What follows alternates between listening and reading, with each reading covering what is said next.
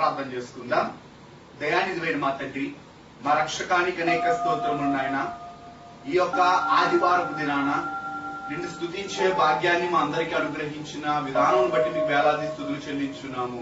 తండ్రివి గాను, కుమారుడు గాను, పరిశుద్ధాత్మవు గాను, త్రిత్వదేవునిగా బయలుపడిన గణదేవా, ఈ యొక్క ఆరాధన యావత్తును మేము జరిగించుకొని ఉండగా మీరు మా మధ్యలోనికి వచ్చి ఈ కార్యక్రమాన్ని ఆదరించేంతవరకు మీ అధ్యక్షతను ఘనముగా జరిగించమని పరలోక పరిశుద్ధులు, భూలోక పరిశుద్ధులను, నలుగురు జీవులను నాయన 24 పెద్దలను, మా దైవజనులు దేవదాసయ్య గారిని అందరినీ మా మధ్యలోనికి నాయన ఆహ్వానించుకుంటుండగా మీరే ఈ యొక్క కార్యక్రమాన్ని ఘనముగా జరిగించమని మా కొరకు పునర్ధానుడై తిరిగి లేచిన యేసు అతి శ్రేష్ఠ నామములో వేడుకొనుచున్నాం మా పరమ తండ్రి.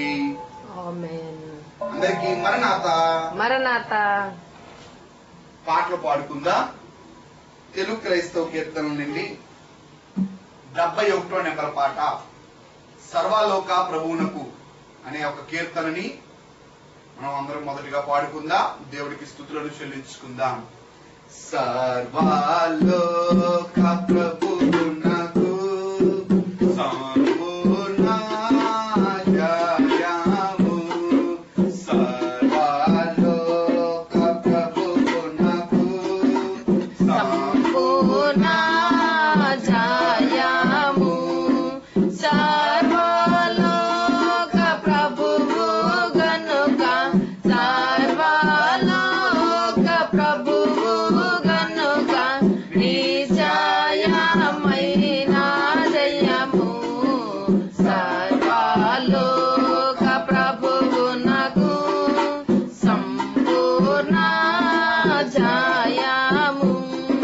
తన పోలికను నరుని చేసిన తండ్రికి జయము, తాను దేశించినది, తాను దేశించినది నిష్ఫలము కాని తండ్రికి జయము, సర్వలోక ప్రభువునకు సంపూర్ణ జయము.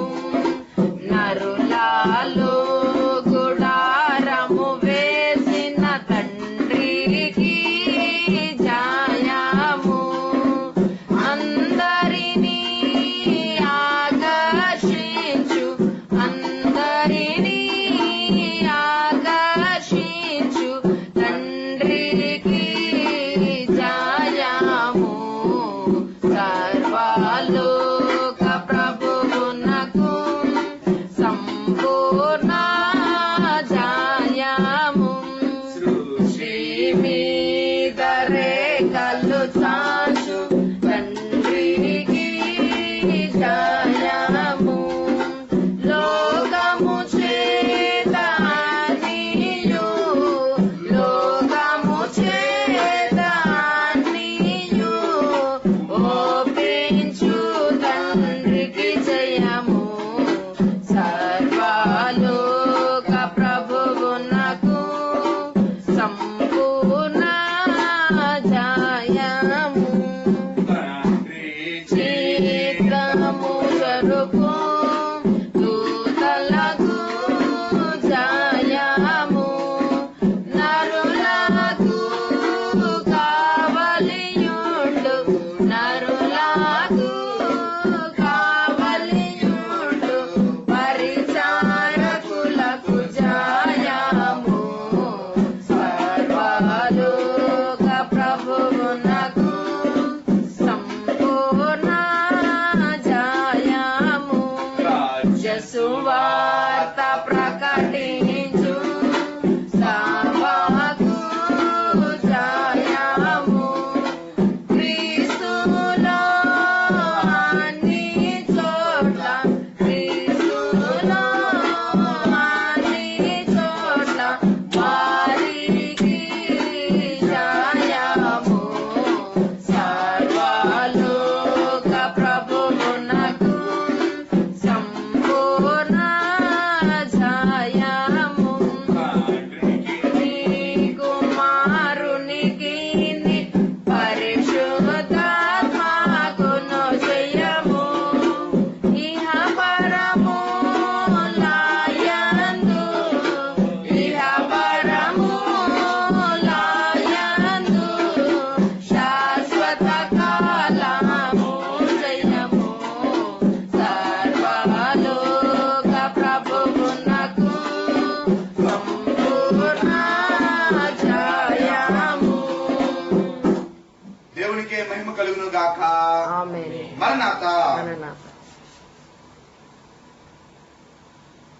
కన్వెన్షన్ కీర్తనలో నుండి మార్గము చూపుము ఇంటికి అనే ఒక కీర్తనని పాడుకుందాం. కన్వెన్షన్ కీర్తన నుండి మార్గము చూపుము ఇంటికి. మార్గము చూపుము ఇంటికి నా తండ్రి ఇంటికి, మాధుర్య ప్రేమ ప్రపంచము చూపించు కంటికి. మార్గము చూపుము ఇంటికి నా తండ్రి ఇంటికి, మాధుర్య ప్రేమ ప్రపంచము చూపించు కంటికి. ధనమే సర్వం వరుచు, సుఖమే స్వర్గం వరుచు, తండ్రిని వీడిది. ధరణి భోగములెల్లా బ్రతుకు ధ్వంసము చేయ, వేహి నిన్ను చేరిది. ధరణి భోగములెల్లా బ్రతుకు ధ్వంసము చేయ, వేహి నిన్ను చేరిది. నీ వైపు చేతులెత్తిన నాకు దారిని చూపుము. నీ వైపు చేతులెత్తిన నాకు దారిని చూపుము. మార్గము చూపుము ఇంటికి నా తండ్రి ఇంటికి, మాధుర్య ప్రేమ ప్రపంచము చూపించు కంటికి. నా తండ్రి నన్ను చూచి పరుగిడుచు ఏపించి, నాపై పడి ఏడ్చెను.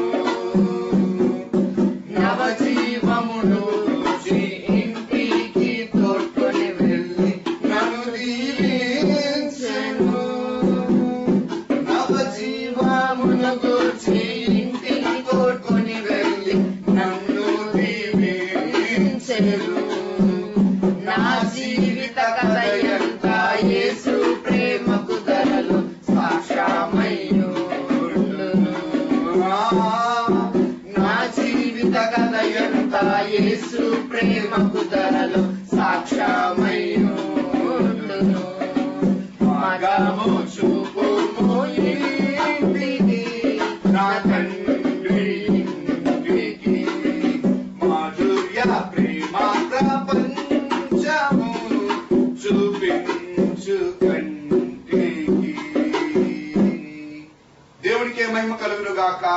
ఆమేన్. మరణాత. మరణాత.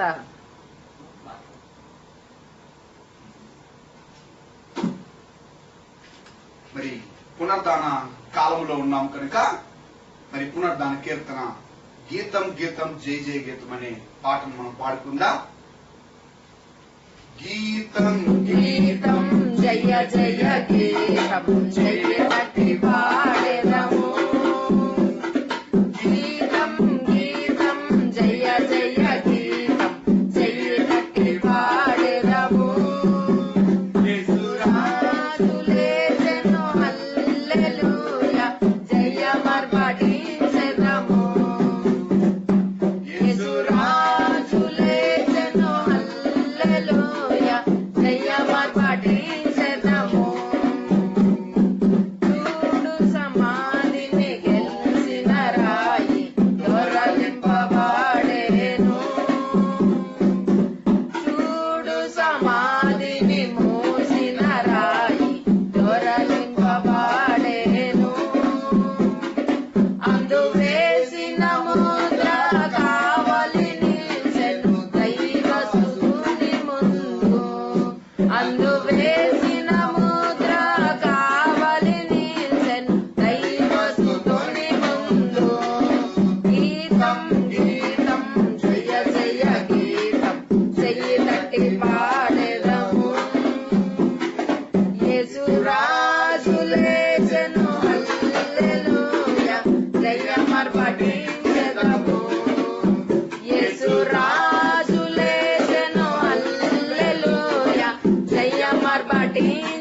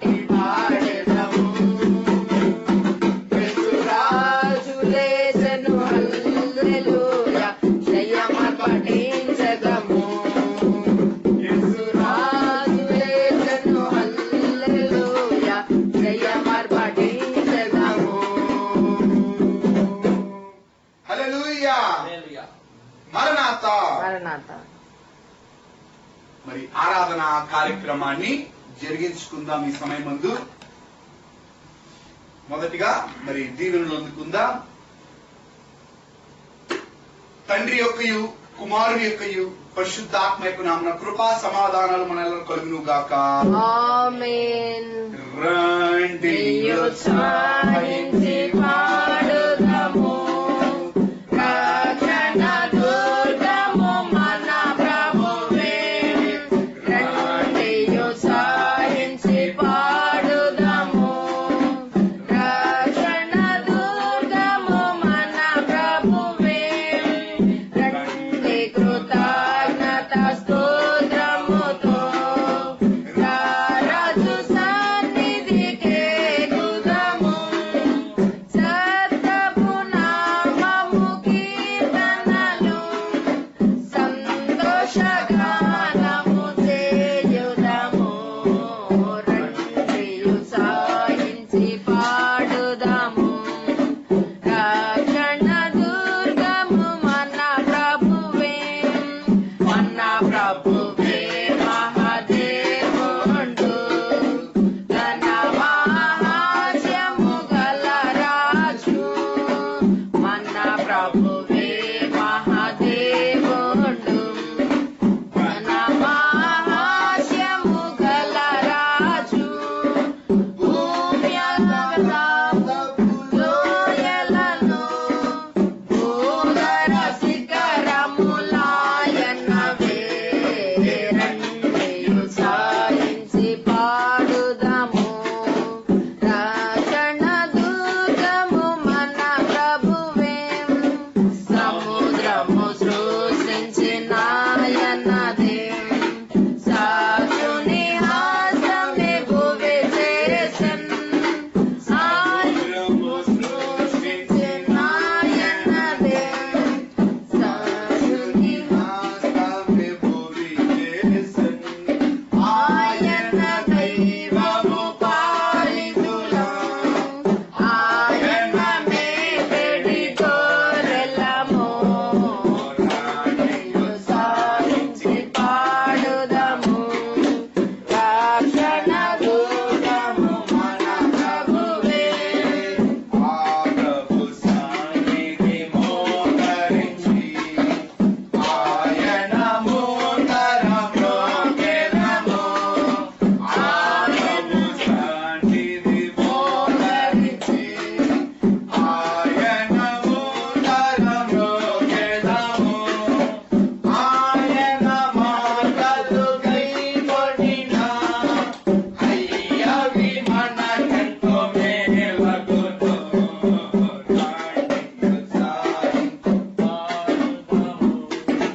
రక్షణ దుర్గము మన ప్రభువే.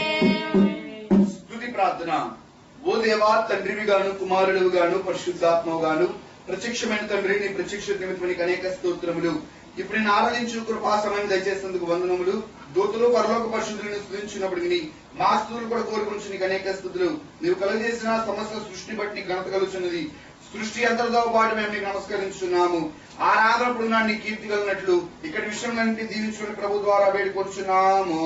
ఆమేన్. తండ్రి కుమార శుద్ధాత్మకును కగు స్తుతి మహిమలు కలుగుగా, ఆదిని నిప్పుడు ఎల్లప్పుడు అయినట్లు యుగములు అవును.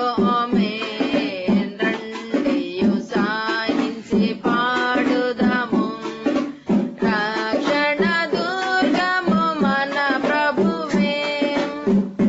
ప్రియులారా, ప్రభునందు ప్రియులారా, మనం అతి పరిశుద్ధులైన దేవుని సన్నిధికి వచ్చినప్పుడు పూర్తిగా సర్వారాధనలో ప్రవేశింపక పూర్వము మన పాప స్థితిని ఒప్పుకొని క్షమాపణ పొందుట మనకు ఎంతో మేలు. మన పాపం లేని వారమని చెప్పుకునేలా మనలో స్వచ్ఛం ఉండదు. మన పాపములను మనం ఒప్పుకొని నెడలా ఆయన నమ్మదగిన వాడును నీతిమంతుడును గనుక ఆయన మన పాపములను క్షమించి సమస్త దుర్నీతిని మన పవిత్రులుగా చేయును. మన పాపము చేయలేదని చెప్పుకుని నెడలా ఆయనను అబద్ధికంగా చేవారు మోదుము. ఆయన వాక్యము మనలో ఉండదు. తన అతిక్రమంలో పరిపాలన పొందిన వాడు, తన పాపములకు ప్రాయశ్చిత్తం పొందినవాడు ధన్యుడు. యెహోవా చేత నిర్దోషించబడిన వాడు, ఆత్మలో కపటము లేని వాడు ధన్యుడు. ఆమేన్. పలువిధ పదముల రసి ఫల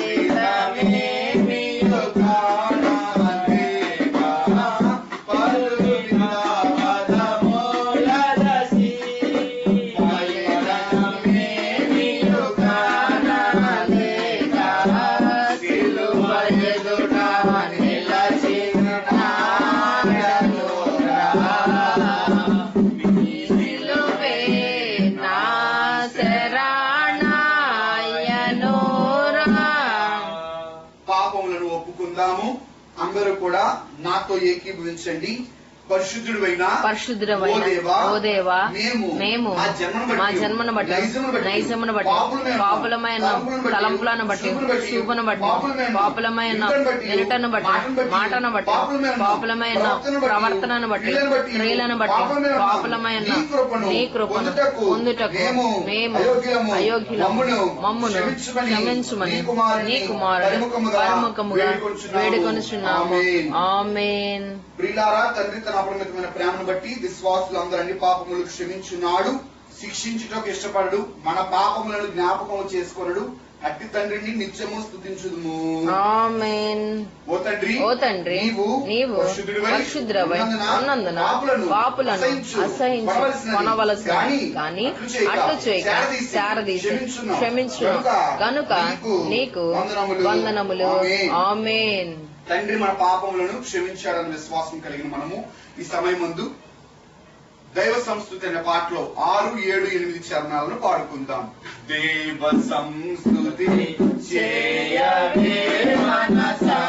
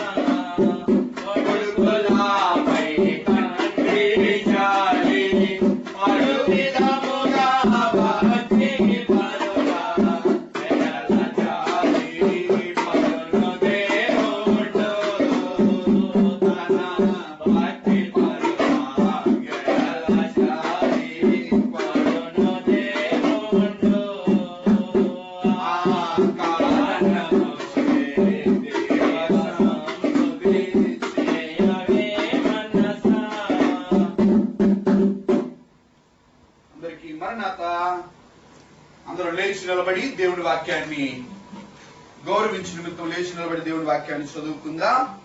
తండ్రి అయిన దేవుని తలంచుకుని పాత నిబంధనలోని పాఠము కీర్తనల గ్రంథము 78వ అధ్యాయము 22వ వచనాన్ని చదువుకుందాం. తండ్రి అయిన దేవుని తలంచుకుని పాత నిబంధన పాఠము కీర్తనల గ్రంథము 78వ అధ్యాయం 22వ వచనాన్ని చదువుకుందాం. వారు దేవుని యందు విశ్వాసం ఉంచకపోయి ఆయన దయచేసిన రక్షణ యందు నమ్మిక ఉంచలేదు.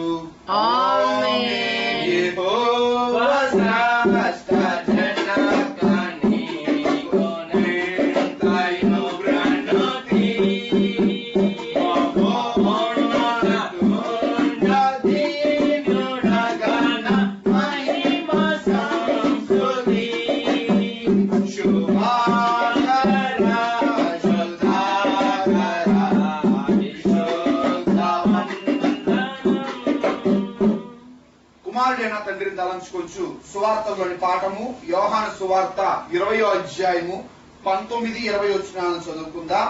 యోహాను సువార్త 20వ అధ్యాయము 19-20 వచనాలను చదువుకుందాం. ఆదివారము సాయంకాలమున శిష్యులు యూదులకు భయపడి తాము కూడి ఉన్న ఇంటి తలుపులు మూసుకుని ఉండగా యేసు వచ్చి మధ్యలో నిలిచి, నీకు సమాధానం కలుగునుగా అని వారితో చెప్పెను. ఆయన అలాగు చెప్పి వారికి తన చేతులను ప్రక్కన చూపగా శిష్యులు ప్రభువును చూచి సంతోషించిరి. ఆమేన్.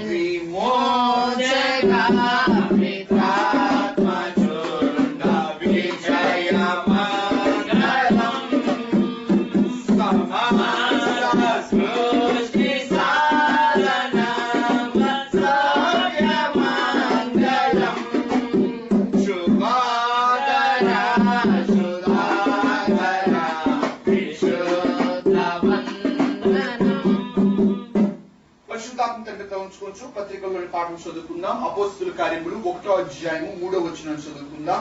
అపోస్తుల కార్యములు 1వ అధ్యాయం 3వ వచనం చదువుకుందాం. ఆయన శ్రమపడిన తరువాత 40 దినముల వరకు వారికి కగపడుచు దేవుని రాజ్య విషయములను గూర్చి బోధించుచు అనేక ప్రమాణములను చూపి వారికి తన్ను తాను సజీవునిగా కనుపరుచుకొనెను.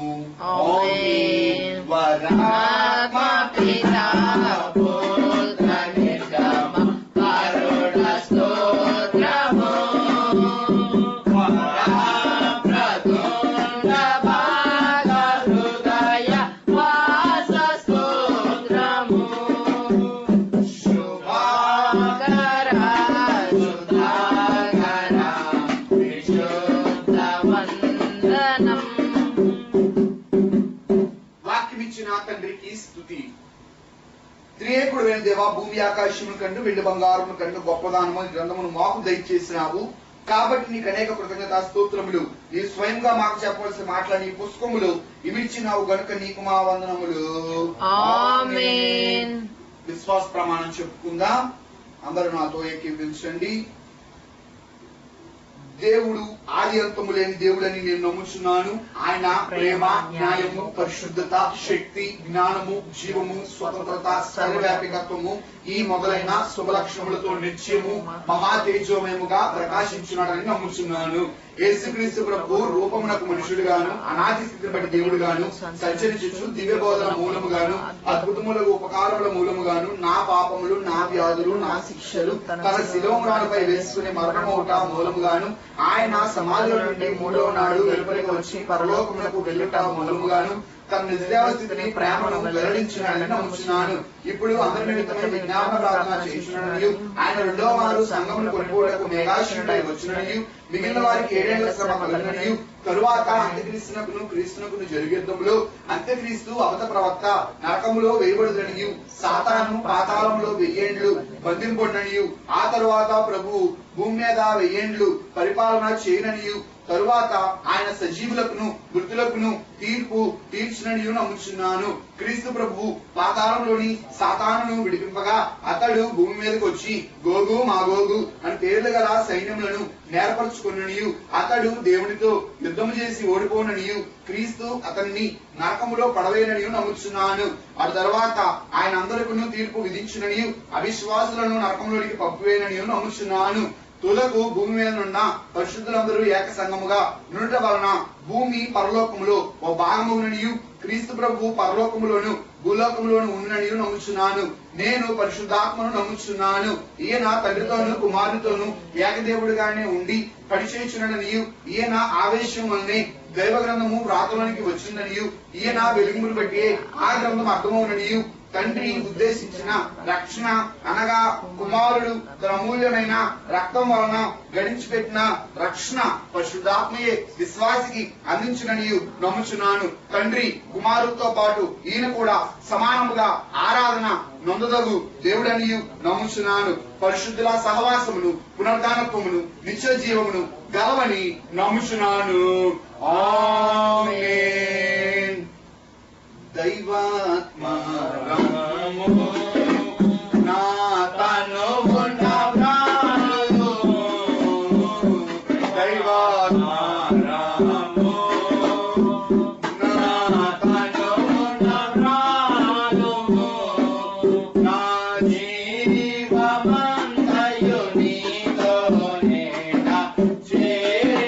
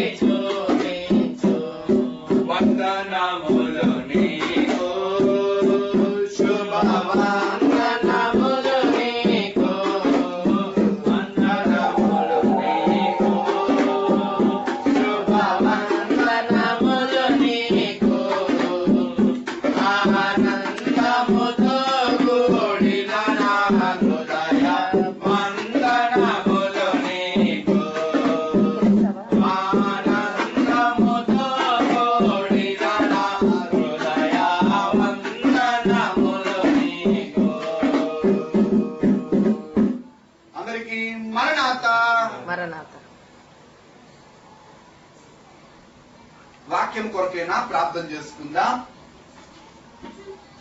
దయానిధివైన మా తండ్రి, మా రక్షకానికి అనేక స్తోత్రములు నాయన. ఈ యొక్క బహుళమైన కృపను బట్టి, దయను బట్టి ఇప్పటి వరకు ఆరాధన కార్యక్రమాన్ని ఘనముగా జయకరముగా జరిగించారు. దేవానికి వేలాది స్తుతులు చెల్లించుకుంటున్నాము.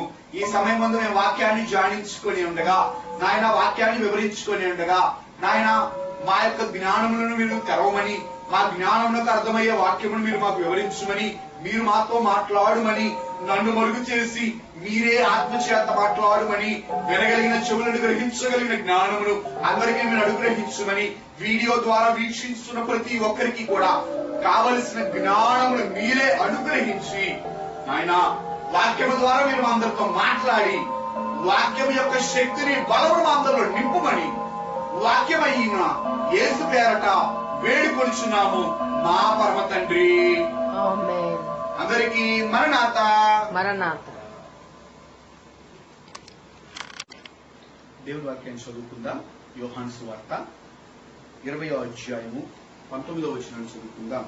యోహాను సువార్త 20వ అధ్యాయము 19వ వచనాన్ని చదువుకుందాం. ఆదివారము సాయంకాలమున శిష్యులు యూదులకు భయపడి తాము కూడి ఉన్న ఇంటి తలుపులు మూసుకుని ఉండగా యేసు వచ్చి మధ్యలో నిలిచి, మీకు సమాధానము కలుగునుగాక అని వారితో చెప్పెను. ఆమేన్. పునరుద్ధానుడైన యేసు క్రీస్తు ప్రభు యొక్క కృపా సమాధానాలు వినుచున్న మనెల్లరకును కలుగునుగాక. ఆమేన్. అందరికీ మరణాత. ప్రియా దేవుని విశ్వాసులారా, యేసు క్రీస్తు ప్రభు వారు పునరుద్ధానుడై తిరిగి లేచిన తరువాత 40 దినములు శిష్యులతోనూ మరి లోకంలోని వారితోనే ఆ యొక్క శిష్యులతో ఉన్నట్లు మనకు కనబడుతుంది. ఈ 40 దినాలు యేసుక్రీస్తు ప్రభు వారు ఎలాగా ఏం చేశారు, లేకపోతే ఆయన యొక్క పని ఏమిటి అన్న యొక్క విషయములను, అదే విధంగా శిష్యుల యొక్క ఆలోచన ఎలాగుంది, శిష్యుల యొక్క పని ఎలాగుంది అన్న యొక్క సంగతులను కూడా మనం ఈ రోజున వాక్యములో చూద్దాము. మనం చదువుకున్న వాక్య భాగమును బట్టి అదే విధముగా ఈ రోజున వాక్యాంశము ఏమిటి అంటే, క్రీస్తు యొక్క పునరుద్ధానము, శిష్యుల యొక్క పునరాలోచన. క్రీస్తు యొక్క పునరుద్ధానము, శిష్యుల యొక్క పునరాలోచన. ఈ యొక్క విషయములను గురించి మనము కొద్ది నిమిషాలు ధ్యానించుకుందాం. మంచి శుక్రవారం దినాన మరణించిన యేసయ్య 3వ దినము అనగా నీవును నేను జరుపుకుంటున్న పునరుద్ధాన దినము రోజున తిరిగి లేచిన తర్వాత ఆ రోజు సాయంకాలం రోజున యేసుక్రీస్తు ప్రభు వారు చేసిన ఒక పని ఏమిటి అనంటే, శిష్యులైన వారికి ప్రత్యక్షమయ్యారు. క్రీస్తు అక్కడ పునరుద్ధానుడే లేచి శిష్యుల్ని వెతుక్కుంటా శిష్యుల యొద్దకు వచ్చారు. ఈ సమయాన శిష్యులైన వారి యొక్క శారీరక, మానసిక, ఆత్మీయ పరిస్థితులను మనం ఒక్కసారి గమనించుకుందాం. ప్రియదేవుని విశ్వాసులారా, చదవబడిన లేఖన భాగమును బట్టి శిష్యులు యూదులకు భయపడి, శిష్యులు ఎవరికి భయపడ్డారంటే యూదులైన వారికి భయపడి వారు ఒక చోట దావుకొని ఉండిరి. యేసయ్య అక్కడికి వచ్చేశారు. ఇప్పుడు యేసుక్రీస్తు ప్రభు యొక్క పునరుద్ధానం మనకేం తెలియజేస్తుంది, శిష్యుల యొక్క ఆలోచన ఎలాగుంది, ఈ 2 విషయాల్ని మనం ఈరోజు ధ్యానించుకుందాం వాక్యంలో.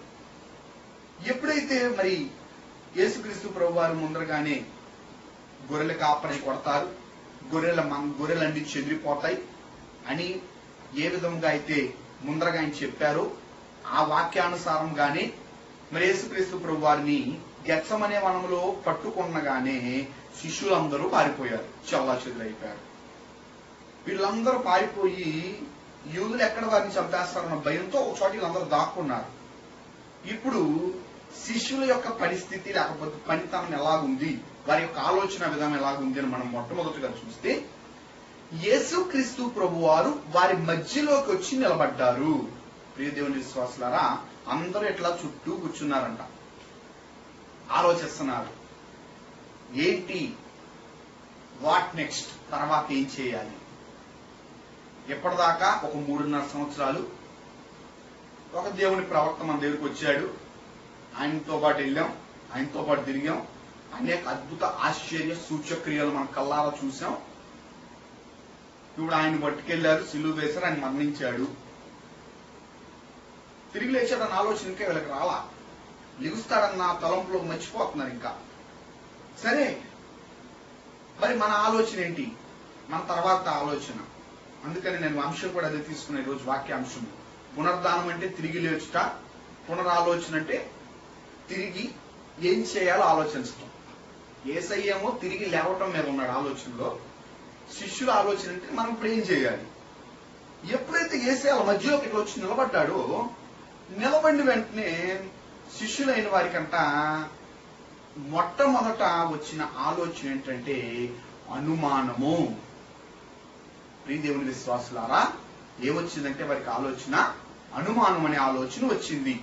అందుకని వారు దేవుడిని ఎలా చూస్తున్నారంటే ఒక భూతం లాగా చూస్తున్నారు. అందుకని మనం చూస్తే గమనించినట్లయితే లూకాసు వార్త 24వ అధ్యాయము 37-38 వచనాలను చదువుకుందాం. లూకాసు వార్త అయితే 24వ అధ్యాయం 37-37. అయితే వారు దిగులు పడి భయాక్రాంతులై భూతము తమ కనబడినని తలంచిరి. అప్పుడు ఆయన, మీరెందుకు కలవరపడుచున్నారు?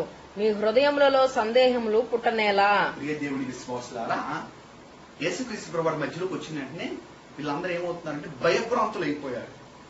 ఈ భయభ్రాంతులు అయిపోయి ఏమంటున్నారు? భూతం భూతం అంటున్నారు. యేసయ్య కూడా అదే మాట అన్నారు. ఇప్పుడు మన అంశం ఏదైతే ఉందో, మీరెందుకు సందేహపడుతున్నారు? అనుమానము, సందేహము నరుని యొక్క నైజం అండి. అనుమానించటమే గొప్ప నరుని యొక్క నైజం. మనకి సామెత కూడా ఉంటుంది చూసారా, అనుమానమే పెనుబోతం. ఆది నుంచి ఒక క్రియ మనకి నడుస్తానే ఉంది. ఆదామవ్వలు కూడా ఆది కాండం 3వ అధ్యాయం 1వ వచనంలో మనం చూస్తే, ఆది కాండం 3వ అధ్యాయం 1వ వచనంలో మనం గమనిస్తే, దేవుడైన యెహోవా చేసిన సమస్త భూజంతువులలో సర్పం యుక్తిగలదై ఉండెను. అది ఆ స్త్రీతో, ఇది నిజమా?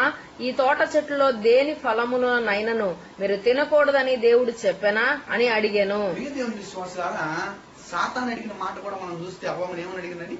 ఇది నిజమా అంటే క్వశ్చనబుల్. అక్కడ పక్కన కూడా రాయబడింది, క్వశ్చన్ మార్క్ పెట్టుంది అనమాట. ఇది నిజమా అంటే ఏంటంటే అర్థం సందేహం, అనుమానం పుట్టించే మాట సాతాను అడిగింది. నరుడికి ఎప్పుడైతే ఒక ప్రశ్నార్థకంగా ఏదైనా ప్రశ్న అడుగుతామో వారికి ఎక్కడ లేని అనుమానం వచ్చేస్తుంది. ఇక్కడ యేసయ్య వాళ్ళ మధ్యలోకి వచ్చిన వీళ్ళు ఎందుకు అనుమానం పడుతున్నారు? కారణం ఏంటంటే యేసుక్రీస్తు ప్రభు ముందరగానే చెప్పారు, నేను మరణించి, మనిషి కుమారుడు మరణించి 3 దినాల్లో తిరిగి లేస్తాడు.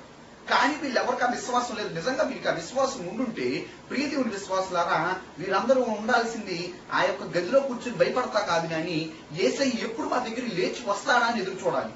కానీ వీళ్ళందరూ ఏం చేస్తున్నారంటే, ఇంకా యేసుక్రీస్తు ప్రభు అనే చాప్టర్ క్లోజ్ అయిపోయింది. ఇప్పుడు మన పరిస్థితి ఏంటి? ఇప్పుడు మనం బయటికి వెళ్తే యూదులు మనం చంపేస్తారేమో. ఇప్పుడు మనకి ఫుడ్ ఎట్లాగా, ఆహారం ఎట్లాగా, మనం ఎలా జీవించాలి, మనం ఏం పనులు చేసుకోవాలి, ఎలా ఉండాలిరా బాబు? 3.5 సంవత్సరాలు అయితే ఆయనతో తిరిగాం, వెంబడించాం, బానే ఉంది. ఇప్పుడు ఆయన చనిపోయాడు కదా, చనిపోయాడు దగ్గర ఆగిపోయారు. ప్రియ దేవుని సంగమా, నీవును నేనును కూడా కష్టం వచ్చినప్పుడు అనుమానపడి, సందేహపడి దేవుని విడుస్తున్నామా? అనుమానము క్రైస్తవ విశ్వాసికి ఉండకూడదు. కారణం ఏంటంటే, క్రైస్తవ విశ్వాసికి ఆధారం ఎవరంటే దేవుడే ఆధారము.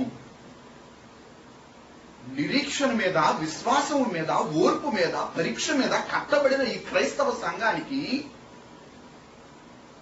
ఆదిలో ఈ సమస్య వచ్చింది. ఎందుకంటే క్రైస్తవ సంఘము శిష్యుల ద్వారానే కట్టబడింది. శిష్యులే క్రైస్తవ సంఘానికి మొట్టమొదటి పునాది. మొదటి పునాదిలోని అనుమానం ఉంది. ఆ అనుమానాన్ని యేసయ్య తీసేయటానికి వాళ్ళ మధ్యలోకి వచ్చాడు. యేసయ్య యొక్క మరణించి తిరిగి లేచి ఆయన వెళ్ళిపోవచ్చు సరాసరి తండ్రి దగ్గరికి. లేకపోతే ఆయన వెళ్ళిపోయి ఆయన సమాధి అక్కడ, ఆయన యొక్క శరీరం అక్కడ లేకపోతే అందరూ అనుకుంటారు వెళ్ళిపోయాడని. కానీ ఆయన ఉద్దేశం అది కాదు, వెళ్ళిపోవడానికి ఒక విషయం కాదు. కానీ 3.5 సంవత్సరాలు ఏదైతే కష్టపడి ఆయన పనిచేశాడో అదే పనిని 40 రోజులు నేర్పించాలి. మరలా యేసుక్రీస్తు ప్రభు సిద్ధపడటం కాదు 40 రోజులు, యేసుక్రీస్తు ప్రభుతో పాటు ఆయన శిష్యులు సిద్ధపరచాలి. అందుకని యేసుక్రీస్తు ప్రభువారు అన్ని విషయములను శిష్యులైన వారికి తేట తెల్లంగా తెలియపరిచారు. అందుకనే మనకి కనబడతా ఉంటుంది.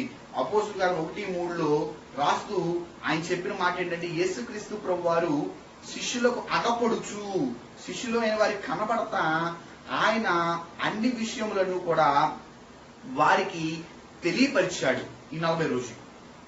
ప్రియదేవుని సంగమా, అనుమానపడిన ఈ యొక్క శిష్యులైన వారు ఏమని అనుకుంటున్నారంటే, అమ్మో భూతం వచ్చింది మా దగ్గరికి.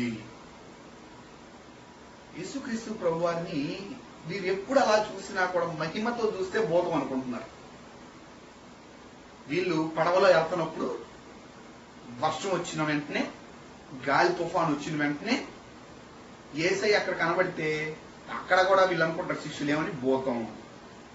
అంటే మహిమను చూసే కన్నులు శిష్యులైన వారికి లేవు. ఇదే పేతురు చెరసాల్లో ఉన్నప్పుడు మహిమ శరీరం కలిగిన దూత వచ్చినప్పుడు దూత యొక్క మాటను విని బయటకు వచ్చాడు. ఇదే కన్నులు కలిగిన యోహాను మార్పు చెందిన తర్వాత, పరిశుద్ధాత్మను సంపాదించుకున్న తర్వాత అదే కన్నులతో మహిమ శరీరంలో ఉన్న పెళ్లి కుమారుడిని యేసయ్యను చూశాడు. చూడండి, పరిశుద్ధాత్మ రాకముందు వీరి పరిస్థితి ఎట్లా ఉందో, పరిశుద్ధాత్మ వచ్చిన తర్వాత వీరి పరిస్థితి ఎట్లా ఉందో. అంతటి గొప్ప శక్తిని యేసయ్య వారికి ఇవ్వటం కోసమే వారి మధ్యలోకి వచ్చి నిలబడ్డాడు యేసయ్య. అనుమానించటము నరుని యొక్క నైజము, ఆ అనుమానాన్ని తీసివేయటము, నేను ఉన్నాను అని నిరూపించుకోవటము దేవుని యొక్క గొప్ప శక్తి అని గమనించుకోవాలి మనము. ఆయన నీనా మనందరి కొరకు నరావతారిగా వచ్చాడు. మన అనుమానాలన్నీ తీసేయటానికి తానే దేవుని కుమారుడని తెలియజేయచ్చు. యేసుక్రీస్తు ప్రభువారు చెప్పిన ఒక గొప్ప మాటలో మనం గమనిస్తే, యేసుక్రీస్తు ప్రభువారు యోహాను 14:6 ఒక మాట చెబుతూ, నేనే మార్గము, నేనే సత్యము, నేనే జీవము. ఏదండి సత్యము అంటే, ఆయనే దేవుని కుమారుడు అన్నది సత్యము. ఆయనే మనందరి యొక్క రక్షకుడు అన్నది సత్యము. ఈ రోజున శిష్యులైన వారు సందేహపడుతున్నారు, అయ్యో ఈయన భూతమేమో అని. ఇప్పుడు యేసయ్య చెప్పే మాట ఏంటో తెలుసా, నేను భూతాన్ని కాదు, నేను నిజం చెప్తున్నాను, నేనే మీ క్రీస్తుని. అందుకనే మనం లూకా 24:37-38 చదువుకుంటే, మీ హృదయముల్లో సందేహపడనేలా.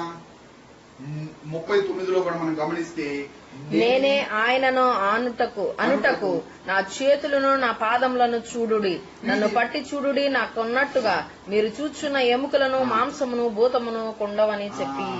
వారి సందేహాన్ని పోగొట్టడం కూడా దేవుడు బాధ్యత అండి. ఈ రోజు మనకు కూడా కొన్ని సమయాల్లో, ఏంటి నాకు ఈ సమస్య వచ్చింది, దేవుడు ఉన్నాడంటారా, దేవుడు నా పక్షాన్ని నిలబడ్డాడంటారా, నాకేమైనా కార్యం జరిగిస్తాడంటారా అన్న ఆలోచన మనకు వస్తూ ఉంటుంది. ఆయన ఎన్ని కార్యాలు చేసినా, ఆయన ఎంత రక్షణ ఇచ్చినా, ఆయన మనం నడిపించిన నమ్మని వారం.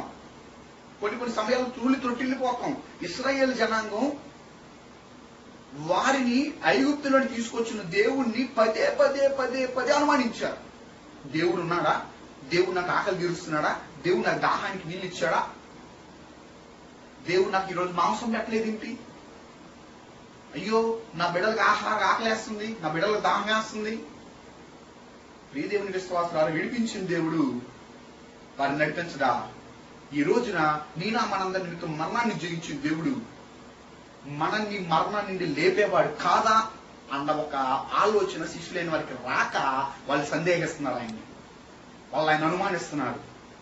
అందుకని యేసయ్య చెప్తున్నాడు, చూడండి నా చేతులు చూడండి, నా కాళ్ళు చూడండి, మాంసం భూతానికి ఉండదు, నేను శరీరంతో పాటు లేచాను. ఇది నా పునరుద్ధానానికి ఒక సూచన. మీరందరి కళ్ళారా చూశారు కదా నన్ను సిలువ వేయటం, నేను చనిపోవడం మీరు చూశారు కదా. ఈ రోజు మరలా అదే శరీరంతో నేను మీ అందరికి ముందుకు వచ్చాను అంటే మీరేమవకూడదంటే అనుమాన పడకూడదు అని యేసయ్య వారికి ఉన్న అనుమానాన్ని నివృత్తి చేస్తున్నారు, తీసేస్తున్నారు. అప్పుడు అనుమానము పోయిన శిష్యులు ఆయనని నమ్మటం మొదలెట్టారు. రెండవది అవమానించటం. శిష్యులు చేసిన పని అవమానించుట. యోహాను సువార్త 20వ అధ్యాయము 25వ వచనాన్ని చదువుకుందాం. గనుక తక్కిన శిష్యులు మేము ప్రభువును చూచితమని అతనితో చెప్పగా అతడు నేను ఆయన చేతుల్లో మేకులు గుర్తులను చూచి నా వ్రేలు ఆ మేకులు గుర్తులో పెట్టి నా చెయ్యి ఆయన ప్రక్కలో ఉంచితేనే గాని నమ్మనని వారితో చెప్పెను. ప్రియా దేవుని సంగమా, మొత్తం 12 మంది శిష్యుల్లో ఒక ఆయన మరణించాడు. 11 మంది ఉన్నారు. 11 మందిలో మొదట యేసుని దర్శించినప్పుడు ఆదివారం సాయంకాలాన 10 మంది కనబడుతున్నారు. ఒక ఆయన లేడు, ఆయన తోమా గారు. ఈ తోమా గారు వచ్చిన తర్వాత రోజు వచ్చాడు. వచ్చిన వెంటనే శిష్యులందరూ చెప్తున్నారు, అయ్యా నన్ను యేసయ్య వచ్చాడు, పునరుద్ధానుడు తిరిగి లేచాడు, ఆయన ఏదైతే ముందు ప్రవచించాడో అది నెరవేరింది, ఆయన లేచాడు, మనందరికి కూడా రక్షణ ఇస్తున్నాడు, మనం కూడా మరణాన్ని జయించవచ్చు అని ఈ విషయాలన్నీ ఆయనతో చెప్తుంటే అబ్బే నేను నమ్మనండి. ఎందుకు నమ్మాలి? నేను చూస్తేనే నమ్ముతా, నేను ఆయన గాయాల్లో వేలు పెడితేనే నమ్ముతా. కారణం ఏంటంటే, ప్రియ దేవుని విశ్వాసులారా, తోమ అనుకుంటున్నాడంట, అయ్యో యేసయ్య అంత మంచివాడు, ఘోరమైన మరణం వచ్చింది, ఇంకా ఆయన ఎట్లా లెగుస్తాడు, ఎలాగ ఆయన లెగవగలడు? ప్రియ దేవుని సంగమా, ఎప్పుడైతే ఈ మాటలు చెప్పాడు ఆయన నమ్మలా. ఇప్పుడు చూసిన 10 మంది చెప్పారు కదా, యేసయ్య ఇలా గొప్పవాడిని చేశాడు, మన దగ్గరికి వచ్చాడు బలాని, కానీ ఆయన ఏం చేయలేదంట, నమ్మలా. నమ్మకపోను యేసయ్య తర్వాత మరలా 8 రోజులకు వచ్చినప్పుడు యేసుక్రీస్తు ప్రభు వారిని చూసి యేసుక్రీస్తు ప్రభు వారు అంటున్నారు, తోమారా నా యొక్క గాయాల్లో వేలు పెట్టి చూడు, అప్పుడైనా నువ్వు అవిశ్వాసిని కాకుండా విశ్వాసివై ఉండుము. ఎంతటి గొప్ప అవమానం అండి దేవునికి. ఆయనే ముందరొచ్చి చూడండి నా చేతులు, చూడండి నా కాళ్ళు, చూడండి నా శరీరం నరుల్లాగానే ఉంది కదా, నేను మహిమ శరీరాన్ని ధరించుకొని ఉన్నాను అని చెప్తే తోమా లేదండి నేను నమ్మను అన్నాడు. ఎప్పుడైతే నమ్మనన్న తోమా దగ్గరికి దేవుడు స్వయంగా వచ్చి చెప్తున్నాడు, దా వేలు పెట్టి చూడు అంటే చూచి తప్ప మనం నమ్మలేని స్థితిలో ఉన్నామేమో. ఈ రోజు మనం కూడా అలాగే ఉన్నామా? దేవుడు నీ పక్షాన్ని నా పక్షాన్ని కార్యం చేస్తేనే గొప్ప, లేకపోతే ఆయన అవమానపరుస్తున్నామా? దైవజనుడు దేవదాసయ్య గారు పాట రాస్తూ చేసి కొనరాదు, అపార్థము చేసుకొనరాదు. దేవుణ్ణి అపార్థం చేసుకోకూడదు, పరిశుద్ధుని అపార్థం చేసుకోకూడదు, నీతిమంతుని కూడా మనం అపార్థం చేసుకోకూడదు. యేసు క్రీస్తు ప్రభువుని మనం ఎవరు అపార్థం చేసుకోకూడదు. ఈ రోజున ప్రియ దేవుని సంగమా, యేసు క్రీస్తు ప్రభు వారు మరి తోమా దగ్గరికి వచ్చినప్పుడు తోమాకి శిష్యులైన వాళ్ళందరూ అప్పుడు చెప్పారు యేసయ్యని మేము చూసామని, కానీ వాళ్ళు నమ్మలా. ఆయన నమ్మలా. నమ్మకపోను యేసయ్య ఏం చేస్తున్నాడంటే, మరి అది గొప్ప అవమానం అని కాదు గాని పరీక్ష. యేసుక్రీస్తు ప్రభుడే పరీక్షించేంత స్థాయిలోకి మనం వెళ్ళిపోయామా అంటే ఈరోజు మనం కూడా అదే పరిస్థితి చేస్తూ ఉంటాం. దేవుడు నాకు ఈ కార్యం చేస్తేనే నమ్ముతానండి, దేవుడు నా కొడుకు పెళ్లి చేస్తేనే నమ్ముతాను, దేవుడు నాకు అప్పులు తీరిస్తే నమ్ముతాను, దేవుడు నా భర్తను మారిస్తే నమ్ముతాను. ప్రియ దేవుని సంగమా, నిన్నో నన్నో ఆశ్చర్యాలు అద్భుతాలు చేసి పోషించడానికి కాదు క్రైస్తవుని యొక్క మార్గం అంటే, క్రీస్తుని యొక్క మార్గం అంటే. రేపటి రోజున మరణం అనేది మన మీద అధికారము చలాయించలేదని చెప్పే మార్గమే క్రీస్తుని యొక్క మార్గం. ఆ మార్గాన్ని చూపించడానికి యేసయ్య వచ్చాడు. అందుకనే ఇందాక కూడా మనం చెప్పుకున్నాం, జ్ఞాపకం చేసుకున్నాం, నేనే మార్గము, యేసయ్య మార్గం. ఇప్పుడు తోమా ఎక్కడ వేలు పెట్టాడు తెలుసా? ఆయన యొక్క గాయాల్లో వేలు పెట్టాడు. ఆ గాయముల ద్వారానే మన యొక్క మార్గం సరళమవుతుంది. ఆయన యొక్క రక్తములో నింటే మనందరికీ మార్గం ఏర్పాటు చేయబడుతుంది. ఆయన గాయముల లోపలి మనకు మార్గం ఏర్పరచబడుతుంది. అందుకని మనము ఆదికాండం 5వ అధ్యాయము 22వ వచనాన్ని చదువుకుంటే, హానోకు మెతూషెలను కనిన తర్వాత 300 ఏండ్లు దేవునితో నడుచు కుమారులను కుమార్తెలను కనెను. దేవుని సంగమా, ఇక్కడ మనం చూస్తే హానోకు అనే భక్తుడు కనబడుతున్నాడు. ఆయన ఎవరితో నడుస్తున్నాడు? దేవునితో నడుస్తున్నాడు. ఇప్పుడు తోమా ఎప్పుడైతే గాయాల్లో వేలు పెట్టి చూశాడో ఆయన కూడా అప్పుడు నమ్మటం మొదలెట్టాడు, ఇదే నిజమైన మార్గం. ఈ రోజున దేవుడు మనల్ని కూడా పరీక్షించినప్పుడు కొంతమంది పరీక్షలు తట్టుకుని నిలవబడేవారు ఉంటారు. కొంతమంది దేవుడు నాకు చేస్తేనే, దేవుడు నాకు కనబడితేనే నేను నమ్ముతాను అనేవారు ఉంటారు. సరే, కానీ నీవును నేనును ఆ దేవుని మార్గంలో నడిస్తే ఎంత గొప్ప భాగ్యమో తెలుసా? హానోకు నడిచాడంటండి. హానోకు కూడా ముందు నడవలా. ఎప్పటి నడవటం మొదలెట్టాడు తెలుసా? 65 సంవత్సరాలు నడవటం మొదలెట్టాడు. దేవుడు చెప్పాడంట హానోకుతో, హానోకు ఒక గొప్ప జలప్రలయం వస్తుంది హానోకు అని చెప్పాడు. ఇప్పుడు హానోకి 65 సంవత్సరాలు ఉన్నప్పుడు చెప్తే, హానోకు 65 సంవత్సరాల వయసులో మొదలెట్టాడంటండి దేవుడితో నడవడం. అప్పుడు నడవటం మొదలెట్టి 300 సంవత్సరాలు నడిచాడంట. జలప్రలయం వస్తుందని హానోకి చెప్తే, హానోకు అప్పటి నడవటం మొదలెడితే 300 సంవత్సరాలు నడిచి దేవుడితో నడిచి వెళ్ళిపోయాడు. అప్పుడు హానోకి దేవుడు ఇచ్చిన ఆజ్ఞ, అప్పుడు దేవుడు హానోకి ఇచ్చిన ఆశీర్వాదం ఏంటి తెలుసా? మీ కుమారుడైన మెతూషెల బతికున్నంత కాలం కూడా జలప్రలయం రాదు. చూడండి ఎంత గొప్ప భాగ్యము దేవుని మార్గాన్ని నడిస్తే. ఎంత భాగ్యం అంటే, తోమ ఇప్పుడు ఆ మార్గమైన యేసుని యొక్క గాయాల్లో వేలు పెట్టి చూశాడు. చూసి ఎంతో పశ్చాత్తాపడ్డాడు. పాపం ఒప్పుకున్నాడు, అయ్యో నేను ఎంత పాపినయ్యా అని. తర్వాత అంతే గొప్ప సేవ చేశాడు. ఆయన ఎంత అవమానపరిచినా, నిజమే దేవుని కుమారుడు లోకంలోకి వచ్చిందని మొదలు ఆయనకి ఎప్పుడు అవమానాలే. ఆయన ఎవరు నమ్మలా. ఆయన దేవుని కుమారుడు అంటే సొంత ప్రజలు నమ్మరా. అందుకని యేసుక్రీస్తు ప్రభువారు తాను పుట్టిన ఊరిలో ప్రవక్త గొప్పవాడు కాలేడు అని చెప్పాడు. నజరేతులు ఆయన ఎక్కువ అద్భుత కార్యాలు చేయలా. ఆయన గలిలియా ప్రాంతంలో ఎక్కువ అద్భుతాలు చేయడానికి కారణం ఏంటంటే, నజరేతు వాళ్ళు ఎవరు ఆయన నమ్మల ప్రవక్తగా. తర్వాత నేను అనేక ఆశ్చర్యకార్యాలు చేశాను యూదుల కొరకంటే, యూదులు ఆయన్ని సిలువ వేశారు. అప్పటి వరకు ఆయన వెంబడి తిరిగిన 3.5 సంవత్సరాలు ఆయన వెంబడించిన శిష్యులు ఆయనని ఇప్పుడు నమ్మలేకపోతున్నారు. తోమ అయితే ఒక మెట్టింకి ఎక్కాడు అంటున్నాడు పైకి, నమ్మకం లేకపోవటంలో. అందుకని యేసయ్య చెప్పిన మాటే, చూసి నమ్మిన వారి కంటే చూడక నమ్మిన వారు ధన్యులు. తోమ ఏం చేశాడంటే, గాయాల్లో వేలు పెట్టి చూశాడు, చూస్తేనే నమ్మాడు. మనం కూడా ఉంటేనే నమ్ముతాం, జరిగితేనే నమ్ముతాం, చేస్తేనే నమ్ముతాం. ప్రియ దేవుని సంగమా, ఇది దేవునికి గొప్ప అవమానం అయిపోతుంది. ఎందుకంటే ఆయన మన కొరకే కదా మరణించింది. ఆయన్ని మనం ప్రశ్నించేది ఏమిటి? మనం ఆయన్ని అగౌరవపరిచేది ఏమిటి? మనందరం పాపులము, పాపహీనులము. అందుకని యెషయా భక్తుడు చెబుతూ, యెషయా 6లో ఆయన అన్న మాట ఏంటంటే,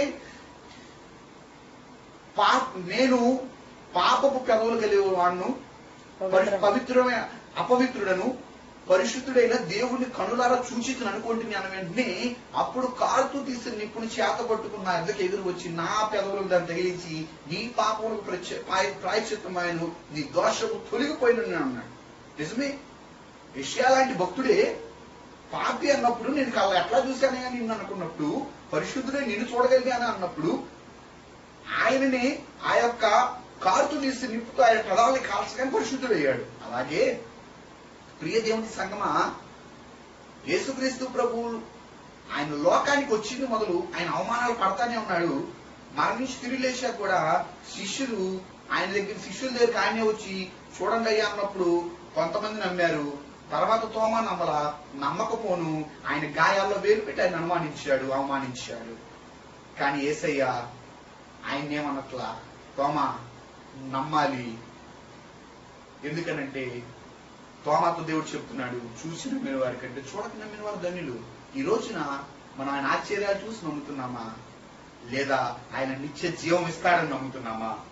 ఒక ప్రశ్న మనల్ని మనం వేసుకోవాలి ఈ రోజున. శిష్యుల యొక్క ఆలోచన మూడవది ఏమిటంటే అనిశ్చయము. ఏంటండి అనిశ్చయము అంటే? నిలకడలేనితనం, లేకపోతే అయ్యో నేను ఇప్పుడు ఏం చేయాలి, నా పరిస్థితి ఏంటి, అయోమయ పరిస్థితి. యోహాను సువార్త 21వ అధ్యాయము 3వ వచనం చదువుకుందాం. సీమోను పేతురు, నేను చేపలు పట్టబోదునని వారితో అనగా, వారు మేమును నీతో కూడా వచ్చేదమనిరి. వారు వెళ్లి దోణి ఎక్కిరి, కాని ఆ రాత్రి ఏమీ పట్టలేదు. ప్రియ దేవుని సంగమా, 3.5 సంవత్సరాలు యేసయ్యతో తిరిగారు. ఆహారం అవన్నీ కూడా దేవుడే వారికి ఏర్పాటు చేశాడు. వారికి కొదువు లేదు, కొరత లేదు. రాళ్ళని సైతం రొట్టెలుగా మార్చగలిగిన దేవుడు. 3.5 సంవత్సరాలతో ఉన్నాడు. పునరుద్ధానం తిరిగి లేచాడు కదా, నీ దగ్గరికి వచ్చాడు, కనబడుతున్నాడు కదా, కనబడ్డాడు, మాట్లాడాడు కదా, ఒక ఆయన గాయంలో వేలు పెట్టి చూశాడు కదా. ఇప్పుడైనా మారేం చేయాలి? ఆయన ఎవడో పరిగెడతాడు. కానీ శిష్యులు చూడండి ఏం చేస్తున్నారంట, వెళ్ళిపోయాడు సీమోన్ పేదరు. ఎక్కడికి? నేను వెళ్ళిపోయి చేపలు పట్టుకుంటా. ఆయన అన్న వెంటనే మిగిలిన వాళ్ళు కూడా ఏమంటున్నారు, పద మేము వస్తాం. మనం కూడా చూస్తా ఉంటే ఒక గొర్రె ఒక మార్గాన్ని వెళ్తుంటే వెనకాల గొర్రెలు కూడా ఏమైపోతాయి, ఆ మార్గాన్ని వెళ్ళిపోతాయి. యేసుక్రీస్తు కూడా ముందరగానే చెప్పాడు, సీమోను పేతురు నీ మీదనే సంఘం కడతా అన్న ఆయనే చేపలు పట్టడానికి పోయాడు. ఇప్పుడు ఆయన వెంబడి అందరూ పరిగెడుతున్నారు. ఇప్పుడు ఏసై పని ఏంటి తెలుసా? నేను మీ అందరికి జీవం ఇచ్చేవాడిని చూపించుకోవాలి. ఒకటి ప్రియదేవుని సంగమా, నేనే జీవాహారం అని చెప్పింది దేవుడు. వాళ్ళకి ఆకలి తీర్చలేడా? తీర్చగలడు. 3.5 సంవత్సరాలు వీళ్ళు చేపలు పట్టారా? 3.5 సంవత్సరాలు వీళ్ళు వలయేశారా? వీళ్ళకి ఎట్లా ఆకలి తీరింది?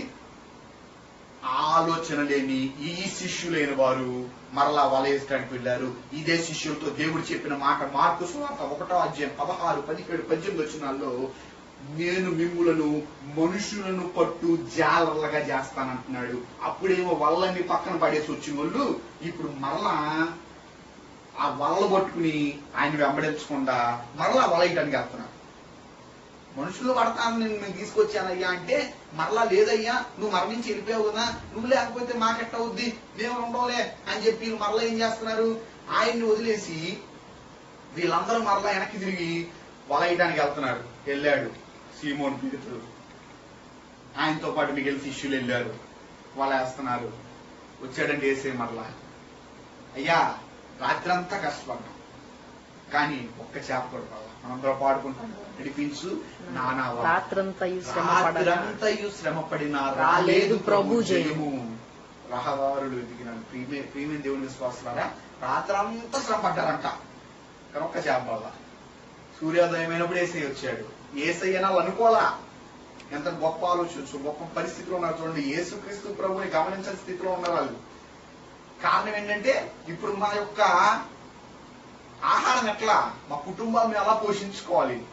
3.5 సంవత్సరాలు నీకు ఆహారం గుర్తురాలా? 3.5 సంవత్సరాలు నీకు పని గుర్తురాలా? 3.5 సంవత్సరాలు ఏసై ఉంటే చాలనుకున్నావు. 3.5 సంవత్సరాల తర్వాత నువ్వేమనుకున్నావు, నాకు ఇప్పుడు ఆహారం కావాలి, నా కుటుంబం కావాలి, నా పని కావాలి. కారణం ఏంటంటే బయటికి వెళ్ళి స్వభావం చేసి ఎక్కడ చంపేస్తారు? భయమే ఈ లక్షణాలన్నింటికి కారణం అండి. అవమానానికైనా అభద్రతా భావం లేక అనిశ్చయానికి అయోమయ పరిస్థితికి శిష్యులైన వారు వెంటనే పరిగెట్టారు. ఏసే వచ్చాడు, అయ్యా ఇగో ఆ కుడి పక్కన ఏమన్నాడు, వేశారు. వేసిన తర్వాత 153 బలమైన చేపలు మరి సమృద్ధిగా వారికి ఆహారం వచ్చింది.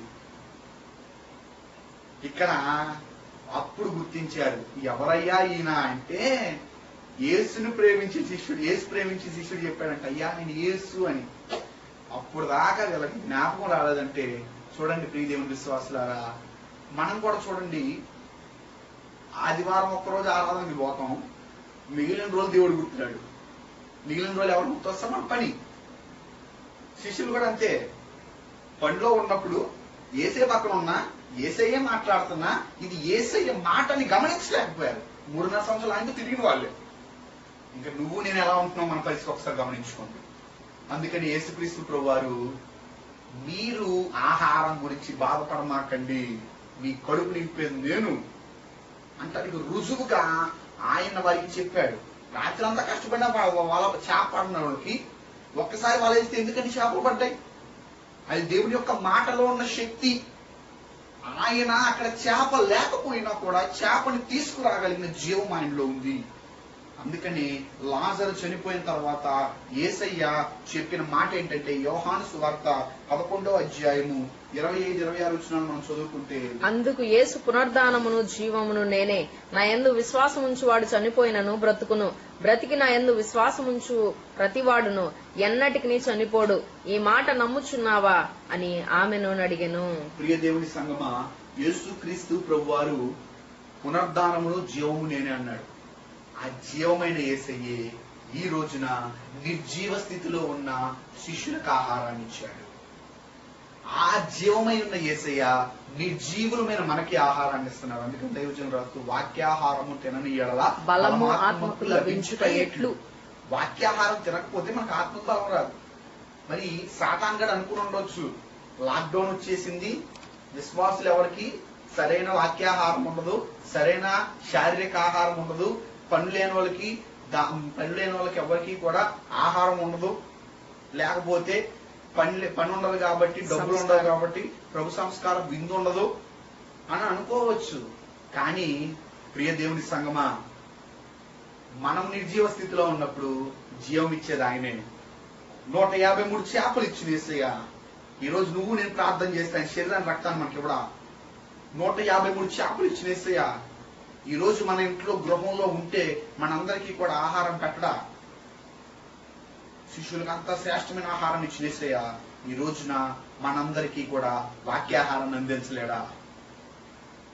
ఎన్ని దారులు సాతానుగాడు మూసివేసిన దేవుడు మరి ఒక దారిన మనందరికీ కూడా శ్రేష్టమైన భోజనాన్ని అందించగలిగిన వాడే మన యేసయ్య. ఈ విషయాన్ని శిష్యులైన వారికి ఈ యొక్క భోజనాన్ని పెట్టిన తర్వాత యేసయ్య తెలియపరిచి ప్రియ దేవుని సంగమా, శిష్యుల యొక్క ఆలోచన అప్పటితో మారిందండి. అప్పటిదాకా అనుమానం, అవమానం, అనిశ్చయంలో ఉన్నవారు తర్వాత మారిపోయి ఏం చేశారో మనందరం తెలుసు. అపోస్తలుల కార్యం 1వ అధ్యాయం నుండి మనకు అంతా కనబడతాయి శిష్యులు చేసిన కార్యాలు. దానికి కారణం ఏంటి తెలుసా? యేసయ్య 40 రోజులు వారి మధ్యలో ఉండటం. ఈ రోజున అదే యేసయ్య నీతోను నాతోను ఈ లాక్డౌన్ సమయంలో కూడా ఈ యొక్క మనం ఎవరు బయటికి వెళ్ళకపోయినప్పటికీ, మనం ఆలయాల్లోకి వెళ్ళకపోయినప్పటికీ మన మధ్యన మన కుటుంబాల్లో మనందరితో ఉంటూ మనందరికి తన యొక్క శరీరాన్ని, తన యొక్క రక్తాన్ని ఇస్తున్నాడు, మనందరిని పోషిస్తున్నాడు. ప్రియ దేవుని సంగమా, బైబిల్ గ్రంథంలో ఉన్న మాటే సింహ పిల్లలైన ఆకలి ఉంటాయి కానీ ఆయనను ఆశ్రయించి వారికి ఎన్నడూ కూడా ఆకలి ఉండదు. ఎందుకనంటే ఆయనే సత్యము, ఆయనే మార్గము, ఆయనే జీవము. ఈ రోజు ఆయన యొక్క చెప్పిన మాటలు మనం నమ్మి ఆయన మార్గంలో నడిచి ఆయననే జీవాన్ని మనం తెచ్చుకున్నట్లయితే రాకడ పర్యాంతము శిష్యులు ఏ విధంగా మార్చబడ్డారో మనమును కూడా ఆ విధంగా మార్చబడి ఆయన యొక్క పునర్ధాన బలమును, పునర్ధాన శక్తిని సంపాదించుకుని పునర్ధానులమై ఆయన రాకడలో చేరే భాగ్యము ప్రభువు ఈ యొక్క పునర్ధాన వాక్యము ద్వారా మనెల్లరికూ అనుగ్రహించును గాక. ఆమేన్. దయానిధులైన మా తండ్రి, మా రక్షకానికి అనేక స్తోత్రములు నాయన. నీ యొక్క మహోన్నతమైన కృపను బట్టి, దయను బట్టి పునర్ధాన బలమును, పునర్ధాన శక్తిని మాకెల్లరికూ అనుగ్రహించండి. శిష్యులు తిరిగి ఆలోచించుకున్నారు రేపటిని మన పరిస్థితి ఏంటా అని. ఈరోజు మేము ఆలోచించుకుంటున్నాం, యేసయ్య నిన్ను విడిచి మేము తిరుగుతున్నామేమో, మేము లోకంతో చూస్తున్నామేమో, ఒక్క ఆదివారం దినాన్ని నిన్ను స్తుతించి మిగిలిన రోజు మర్చిపోతున్నామేమో. అలాంటి వారం కాక, లోకం తట్టు కాక నిన్ను స్తుతించి ఆరాధించే భాగ్యం మాకెల్లరికి అనుగ్రహించమని శిష్యులైన వారికి నీ పునర్ధాన విలువను తెలియజేశావు.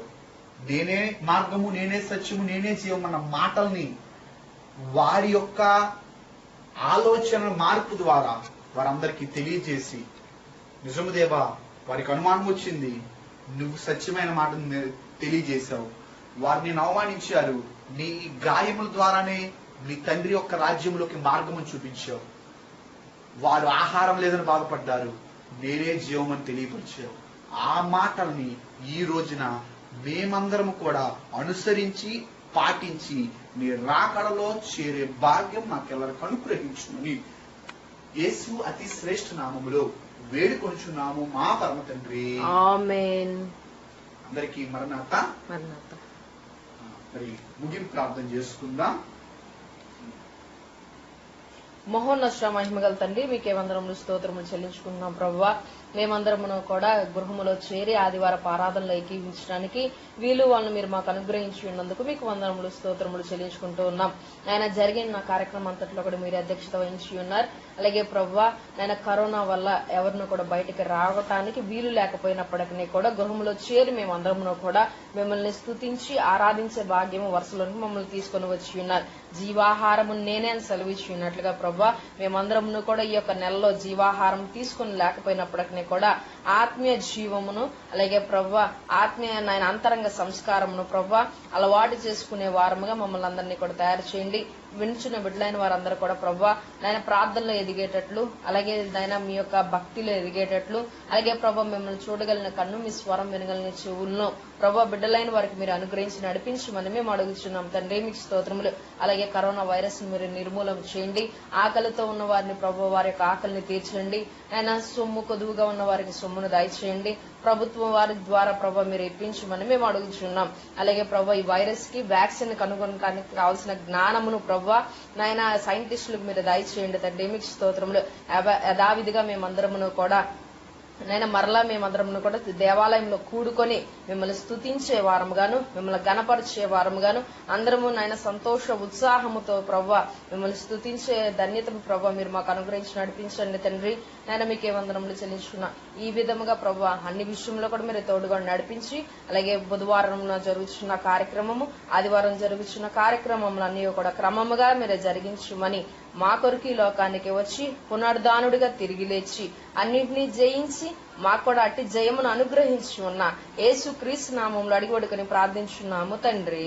ఆమేన్. పరలోకమందున మా తండ్రి, నీ నామం పరిశుద్ధపరచుకును గాక, నీ రాజ్యం వచ్చును గాక, నీ చిత్తం పరలోకం నెరవేరినట్లు భూమి నెరవేరును గాక. మానదిన ఆహారం నేడు మాకు దయచేయము. మరలా ప్రార్థన చేసిన వారిని మేము క్షమించిన ప్రకారం మా ప్రార్థన క్షమించము. మమ్మ శోధనను తెగాదిష్టికి తప్పించుము. రాజ్యము శక్తి మహిమ నిరంతరము నీవే ఉన్నావు తండ్రి. ఆమేన్. ప్రభు యేసు రక్తమునకు జయం. అపవాది క్రియలకు ప్రవేశ రక్తమునకు జయం. అపవాది క్రియలకు ప్రవేశ సంపూర్ణ విషయం అపవాది క్రియలకు నంత నాశనం. హల్లెలూయా హల్లెలూయా హల్లెలూయా. స్తోత్రం స్తోత్రం స్తోత్రం. ఆమేన్ ఆమేన్ ఆమేన్. యెహోవాని ఆశీర్వదించును కాపాడును గాక. ఆమేన్. యెహోవా తన సన్నిధి కాంతి మేము ప్రకాశింపజేసి కరుణించును గాక. ఆమేన్. యెహోవా తన సన్నిధి కాంతి మేము ఉదయింపజేసి మేము దీవించును గాక. ఆమేన్. ప్రభువైన యేసుక్రీస్తు ప్రభు యొక్క కృపయు తండ్రి దేవుని యొక్క ప్రేమయు పరిశుద్ధాత్మ యొక్క నిండిన సహవాసము భద్రత ఈ యొక్క పునరుద్ధాన దినములలో మనెల్లరికను అనుగ్రహించబడి ప్రియేక దేవుడు తన పునరుద్ధాన శక్తిని బలమును మనెల్లరికను ఈ యొక్క కరోనా వైరస్ బారిన పడి వేదన చెందుతున్న ప్రతి ఒక్క కుటుంబమునకును ప్రతి ఒక్క మనుష్యునికి సర్వ ప్రపంచమునకును అనుగ్రహించి వారందరినీ కూడా తన మహిమ మేఘములోనికి ఆయత్తపరుచును గాక. ఆమేన్. మేము చేయలేనివన్నీ మీరే చేసి పెట్టినారు. మేము చేయలేనివన్నీ మీరే చేసి పెట్టినారు. రక్షకానా వందనాలు. శ్రీ రక్షకానా వందనాలు. శిలువ ముద్ర వేసుకుందాం. అందరికి మరణాత మరణాత. మరి అందరికీ ఒక విషయం తెలియపరుద్దాం అనుకుంటున్నాం. మరి బుధవారం దినాన కూడా మీ అందరికీ వీడియో వాక్యాన్ని అందించున్నాం కనుక మీరు బుధవారం దినాన కూడా అందరూ మరి జాగ్రత్తగా కూర్చుని మరి దేవుని వాక్యాన్ని వినండి. అదే విధముగా ఆదివారం దినాన మరలా వీడియో ద్వారా వాక్యాన్ని విందాం. ఎందుకంటే మే 3వ తారీఖు వరకు కూడా లాక్డౌన్ పెట్టారు కనుక అప్పటిదాకా మరి పరిస్థితుల అనుగుణంగా మనం నడుచుకుందాం. అదే విధంగా గమనించుకోనండి. మరి క్విజ్ పేపర్లు మరి ప్రతిదినము మన వాట్సాప్ గ్రూప్ లో మనం పంపించున్నాం కాబట్టి అందరూ కూడా మరి రాసేవారందరూ వాటిని రాసి మాకు పంపించండి. మరి ఇంకా రాబోయే దినాల్లో ఇంకా అనేకమైన కార్యక్రమాలు మనం జరిగించుకుందాం. ప్రభు మనల్ని దీవించును గాక. అదే విధముగా మా వీడియోస్ అన్ని మరి మేము పంపించినట్టు మీకు తెలియపరచడం కొరకు మీరు ఛానల్ ని సబ్స్క్రైబ్ చేసుకోండి. దాని ద్వారా ఏమవుతుందంటే మేము ఎప్పుడైతే ఈ వీడియో అప్లోడ్ చేస్తామో వెంటనే మీ అందరికీ కూడా నోటిఫికేషన్ వస్తుంది కనుక మీరందరూ మరి సబ్స్క్రైబ్ చేసుకోండి. చక్కగా అందరూ దేవుని వాక్యాన్ని వినండి. మరి అందరికీ మరణాత.